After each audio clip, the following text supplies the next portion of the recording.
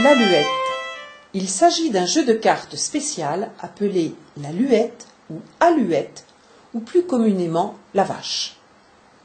Son nom pourrait venir du vieux français luet, œil, ou alouette, l'oiseau symbolisant la vigilance.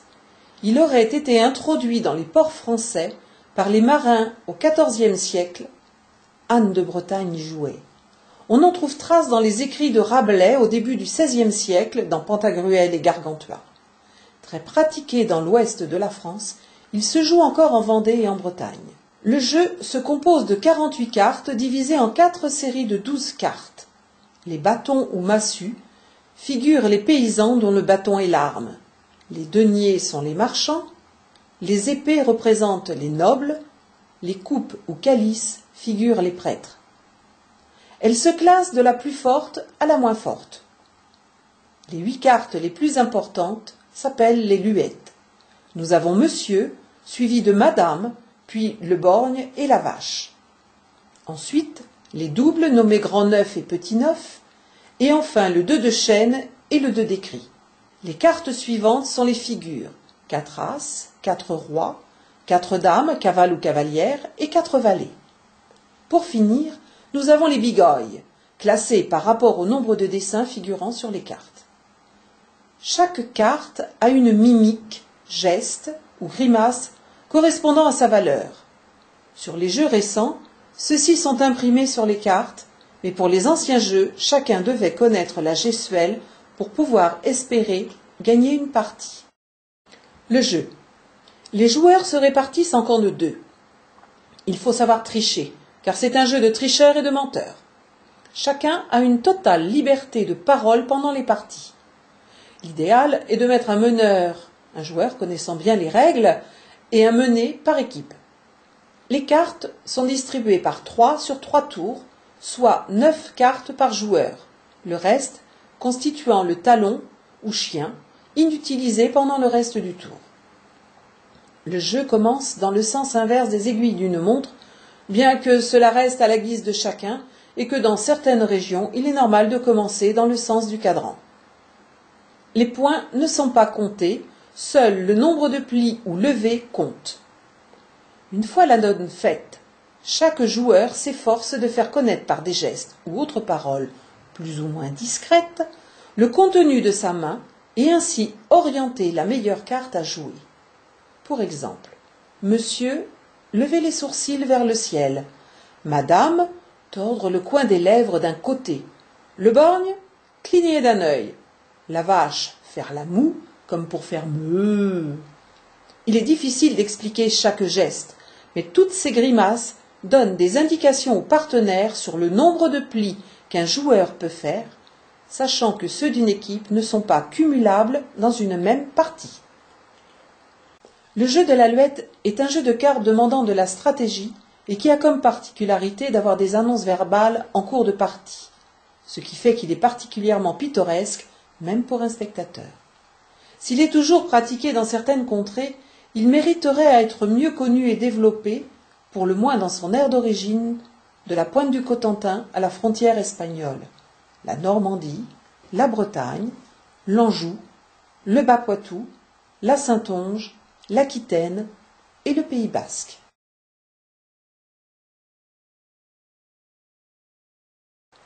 La boule de fort, un sport, un jeu, une tradition. La boule de fort est assurément un sport, puisque c'est une activité physique et que les compétitions sont de plus en plus nombreuses. La boule de fort est certainement un loisir, puisque c'est une activité physique qui se joue en pantoufles et que sa pratique est avant tout un jeu avec ses règles. Une partie de boule, c'est surtout une rencontre amicale et conviviale. La boule de fort est une identité angevine. Elle revêt de ce fait un caractère culturel attaché au patrimoine de l'Anjou. Le jeu de la boule de fort et la vie sociale dans les sociétés demeurent partie prenante dans les traditions populaires de la vie locale. Nous trouvons trace des premiers jeux de boules sur Angers en 1660, rue de la Tannerie. Cette rue existe encore aujourd'hui. Un écrit de Furetière en 1655 dit à propos d'un joueur de boules il examine le faible et le fort. Certaines légendes affirment que le jeu, ayant la forme d'un fond de bateau, les mariniers de Loire auraient inventé ce jeu en le pratiquant au fond de leur bateau. Et comment pousser des boules au milieu d'obstacles comme les nervures du fond de cale et les cargaisons que le chaland transportait tout au long du fleuve. Une autre légende raconte que les forçats amenés par Jeanne de Laval pour construire la levée de défense de la Loire se seraient amusés dans les fossés à jouer avec leurs boulets. Condition difficile si ceux-ci étaient attachés à leurs chevilles. Enfin, sous le Premier Empire, des grognards espagnols auraient été enrôlés pour renforcer la levée et auraient apporté avec eux des boules de bois. Quoi qu'il en soit, le jeu garde son secret. Les premiers terrains étaient en plein air avec une piste en terre battue, puis ils sont devenus couverts, ce qui a permis de jouer à l'abri des intempéries et d'avoir des pistes lisses. Leurs dimensions, qui au départ étaient variables, doivent être de 18 à 24 mètres de longueur pour 5 à 6 mètres de largeur. Les bords de chaque côté sont relevés et la pente est à l'entière discrétion du faiseur de jeu. La terre sablo-argileuse nécessaire à la confection des jeux était extraite sur la commune du Guédéniot, petite commune à la lisière de la forêt de Chandelay dans le Baugeois, et qui ne comptait pas moins de 3 sociétés de boules de fort, toutes fermées aujourd'hui. Il fallait une main de maître et une force tranquille pour entretenir ces jeux, les humidifier et les rouler une fois par semaine. La qualité du roule et la réputation de la société dépendaient pour beaucoup de cet homme, même si les conditions climatiques et l'emplacement de construction pouvaient interférer sur la qualité du terrain. La fragilité du sol impose aux joueurs le port de pantoufles. L'évolution des techniques fait qu'à la fin des années 60, la majorité des jeux sont maintenant en résine synthétique. Cette matière demande réfection tous les 10 ans et non plus un entretien hebdomadaire. Le Conseil général du Maine-et-Loire participe financièrement pour une part importante dans la réfection des jeux de boules. Est-ce le progrès qui a fait disparaître les faiseux de jeu ou est-ce leur disparition qui a accéléré les travaux? Les premières boules venaient des billes de roulement usagées des moulins de la vallée de la Loire. La boule de fort est une boule méplate, aujourd'hui cerclée de fer, d'un diamètre de 123 à 127 mm, d'une épaisseur de 100 mm et d'un poids moyen de 1,3 kg avec une tolérance de 100 g. C'est un forgeron de Mazé nommé Pinault qui aurait tourné la première boule de fort vers 1865. Les corps des boules étaient en bois de pays, du cormier, du frêne ou du buis.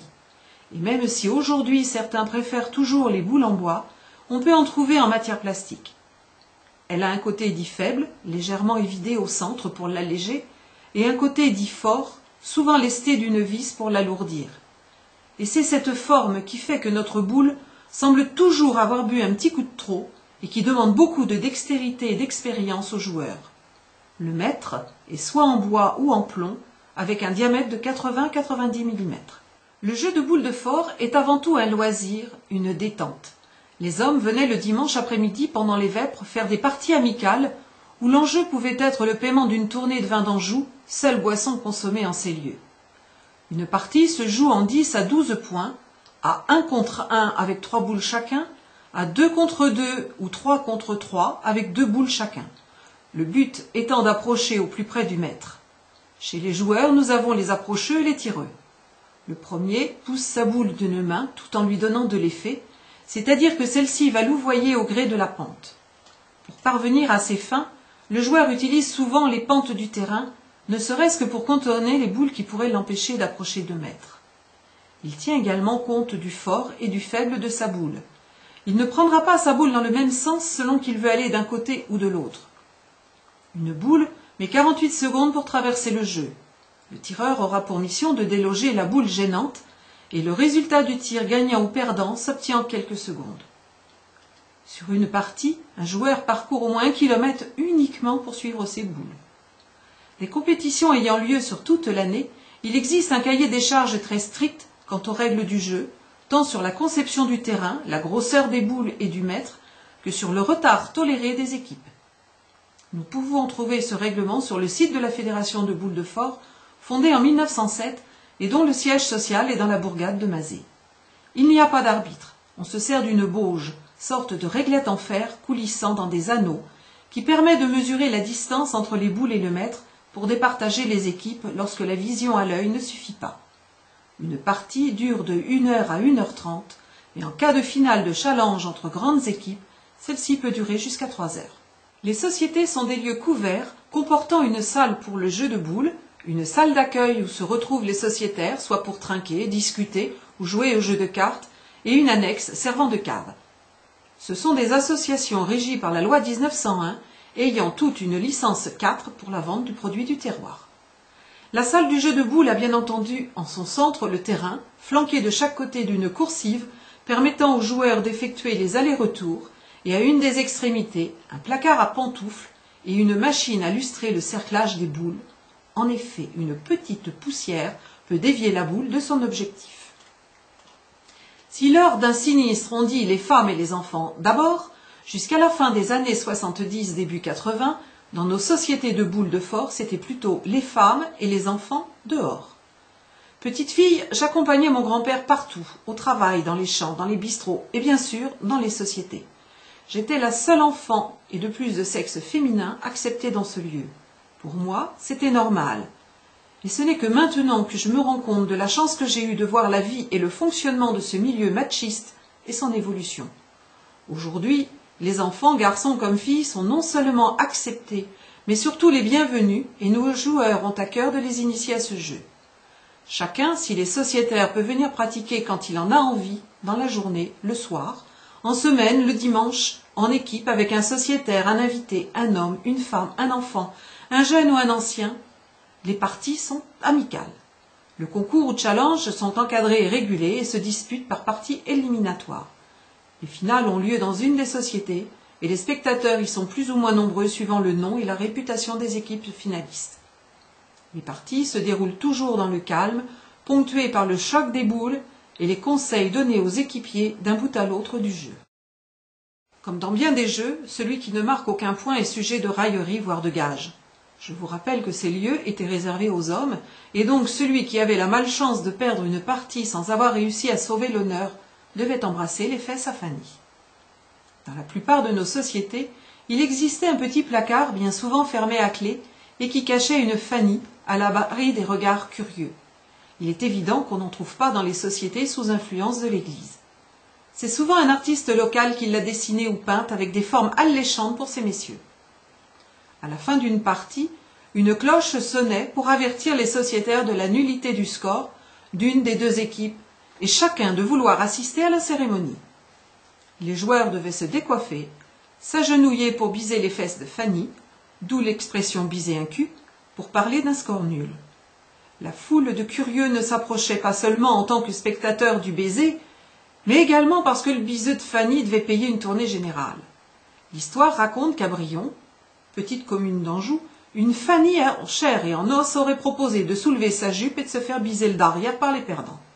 Et c'est depuis ce temps-là que l'expression biser un cul ou aller à Brion veut dire d'une façon tout à fait imagée que nous avons affaire à une équipe de malchanceux. Si un jour vous passez par chez nous en Anjou, trouvez un compère du coin qui vous invitera dans ces lieux qui ne sont point de perdition, et qui depuis des siècles voient des hommes en chaussons caresser leurs boules, biser un cul, culbuter une fillette, et dans une atmosphère de calme et de détente, passer de bons moments.